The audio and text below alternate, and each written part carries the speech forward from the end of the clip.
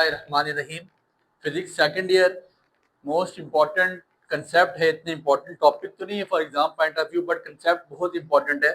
Variation of G with altitude. G की value में क्या वेरी आता है एल्टीट्यूड में, कि जैसे जैसे ज़मीन से आपका फासला बढ़ता जाए तो ऐसा मुमकिन है कि ग्रेविटी में भी तब्दीली आती जाए। Is it possible? ऐसा है। देखिए, हमने जिंदगी सारी एक चीज सुनी, हमें कहा गया कि जो अपने साथ स्पेसशिप जाती है वो अपने साथ आर्टिफिशियल ग्रेविटी लेके जाती है। कि जितने एस्ट्रोनॉट जाते हैं वो अपने साथ एक आर्टिफिशियल ग्रेविटी लेके जाते हैं जो वापस, जो उनको मदद देती है वापस जमीन में आने के लिए। अब जरा मेरी बात पे आपने गौर करना है बच्चे, ये आपके पास मिसाल के तौर पे ये आपके पास अर्थ है, ये अर्थ का सेंटर है। हमने जो इससे पिछला टॉपिक पढ़ा value of G on the surface of earth, हमने कहा यहाँ पे एक आपके पास ऑब्जेक्ट है या स्टोन पड़ा हुआ है और उसका फासला, हमने उसका फासला ले लिया था यहाँ से उसके सेंटर ऑफ अर्थ तक का। मैंने कहा जी पिछले टॉपिक में भी आपको बताया, ये आपके पास रेडियस ऑफ अर्थ था, मैस ऑफ अर्थ था, स्मॉल मेरे पास स्मॉल एम था। तो वहां से वैल्यू हम ड्राइव करके आए थे। हमने वैल्यू क्या ड्राइव की थी इससे पिछले टॉपिक में, आपको याद हो तो हमने वैल्यू ड्राइव की थी G M E over R का स्क्वायर। ठीक हो गया, ये वैल्यू हम ड्राइव करके आगे थे।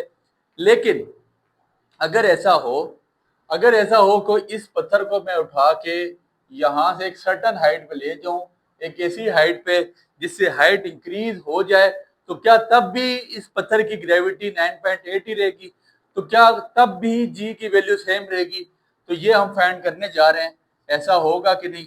जी M E over R radius of earth R E plus, यहाँ पे एच का फैक्टर इंक्लूड कर दूंगा, आर ई प्लस एच का स्क्वायर। क्यों?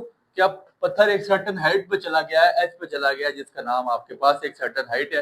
दिस इज इक्वेशन नंबर 1 का आप इसको नाम दे सकते हैं। अब जो आपके पास इक्वेशन नंबर ए है, इस इक्वेशन नंबर ए से आप ऐसा करें, इस इक्वेशन लिखिएगा, equation A implies, equation A से आप क्या करें, G M E over R का स्क्वायर, ये सब में जाके मल्टीप्लाई करा दें, जी एम ई की वैल्यू निकाल दें which is equal to G R का स्क्वायर, और ये निकालने का मकसद क्या है, यहाँ पे पुट कर दें। दैट मीन्स कि आपके पास स्मॉल जी आ जाएगा जी आर का square our are E plus H का स्क्वायर। इस टॉपिक में बच्चे इतनी सी बात है, ये चीज बताई जा रही है, ये चीज समझाई जा रही है कि जी की वैल्यू वेरी करती है फ्रॉम एल्टीट्यूड, हाइट से। जैसे जैसे आपकी हाइट इंक्रीज होती जाती है जी की वैल्यू आपके पास इंक्रीज होती जाती है, जी की वैल्यू में तब्दीली आती जाती है। ऐसा है, ये जब पत्थर यहाँ पे मौजूद था, मेरी बात पे आपने जरा गौर करना है, ये पत्थर यहाँ पे मौजूद था तो ये अपनी जो उसको ग्रेविटी अट्रैक्ट कर रही थी जमीन की तरफ वो 9.8 थी।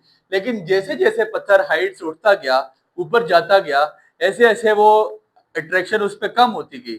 एक बहुत कॉमन सा पॉइंट है, इसको रेडियस ऑफ अर्थ आर ही कर दें, एक बहुत कॉमन सा पॉइंट है, एज वी मूव या as we move away from the earth gravity की वैल्यू डिक्रीज करती जाएगी। जैसे जैसे हम जमीन से ज्यादा ऊपर चले जाएंगे, बिकॉज आपको नजर आ रहा है एक दूसरे के इनवर्सली प्रोपोर्शनल है, रेडियस और हाइट एक दूसरे के इनवर्सली प्रोपोर्शनल है। तो जब इनवर्सली प्रोपोर्शनल है दैट मीन्स कि जैसे जैसे हम फर्दर जमीन से ऊपर जाते जाएंगे ऐसे ही आपके पास ग्रेविटी की वैल्यू कम होती जाएगी। एक मैंने चार्ट छोटी सी एक टेबल बनाया, एक एग्जांपल लिखी है और ये आपने अपने पास लिखनी है, इसको नोट डाउन करना है कि अगर आप जमीन के एल्टीट्यूड पे मौजूद हैं, फॉर एग्जांपल ये जमीन के हम इसमें सेंटर में खड़े हैं मिसाल के तौर पे, आपका एल्टीट्यूड अभी 0 किलोमीटर है, तो अब ग्रेविटी की वैल्यू आपके पास कितनी है, 9.8 मीटर पर सेकंड स्क्वायर। यहाँ पे कोई फर्क नहीं है और ये एवरेज अर्थ रेडियस है 8.8 किलोमीटर। अगर आप जमीन से ऊपर हैं, जमीन के सेंटर से ऊपर हैं, जैसे उसने मिसाल दी है माउंट एवरेस्ट की, कि माउंट एवरेस्ट पे आपके पास ग्रेविटी क्या है, जाहिर सी बात है माउंट एवरेस्ट से भी तो लोग नीचे गिरते हैं। द रीजन इज दैट कि वहां पे ग्रेविटी मौजूद है और वहां की ग्रेविटी कितनी है, 9.8 मीटर पर सेकंड का स्क्वायर। लेकिन अगर हमारी हाइट और इंक्रीज हो जाए, फर्दर हम जमीन से दूर जाते जाएं, कितना दूर चले जाएं, 36.6 किलोमीटर, इतना एल्टीट्यूड हमारा ज्यादा हो जाए, इतना हम जमीन से दूर चले जाएं, तो फिर हमारे पास जो ग्रेविटी की वैल्यू है वो कम होना शुरू हो जाएगी, ग्रेविटी की वैल्यू घटना शुरू हो जाएगी और वो कितनी आ जाएगी, 9.7 मीटर पर सेकंड का स्क्वायर। और अगर हम फर्दर इंक्रीज करें अपनी हाइट को, फर्दर इंक्रीज करें हम अपना एल्टीट्यूड को, तो अगर हम 400 किलोमीटर के फासले पे जमीन से खड़े हो जाएं तो फिर हमारे पास ग्रेविटी की वैल्यू मजीद घट जाएगी और वो कितनी हो जाएगी 8.7, जो वैल्यू एक स्पेस शटल ऑर्बिट की यही वैल्यू होती है। और अगर हम मजीद जमीन से दूर, कितना दूर 35,700 किलोमीटर, तो यहाँ पे हमारे पास 0.2 लिखा, आप 0 लिख सकते हैं। ये ग्रेविटी आपके पास इतनी कम हो जाएगी कि यार यहाँ से आपको आने के लिए बहुत ज्यादा मसाइल हैं। और ये बेसिकली कम्युनिकेशन सेटेलाइट्स, मैंने कल भी बताया था कि हमें आजकल नजर आ रहा होता है मगरब पड़ते ही ना, हम कहते हैं यार तारा टूट रहा है, तारा यहाँ से वहां जा रहा है, यहाँ से वहां जा रहा है, टूट रहा है। ऐसा नहीं है सर, आजकल सैटेलाइट्स है, कम्युनिकेशन सैटेलाइट्स जमीन से बैठ के ऑपरेट की जा रही है और आसमान पे इतने फासले पे 35,700 की बुलंदी पे वो जमीन से बैठ के ऑपरेट कर रहे हैं और वो नीचे नहीं आ रही, वो आपको चलती हुई नजर आती हैं। वो नीचे क्यों नहीं आती सर? वहां पे उनके पास ग्रेविटी उनके पास है ही नहीं।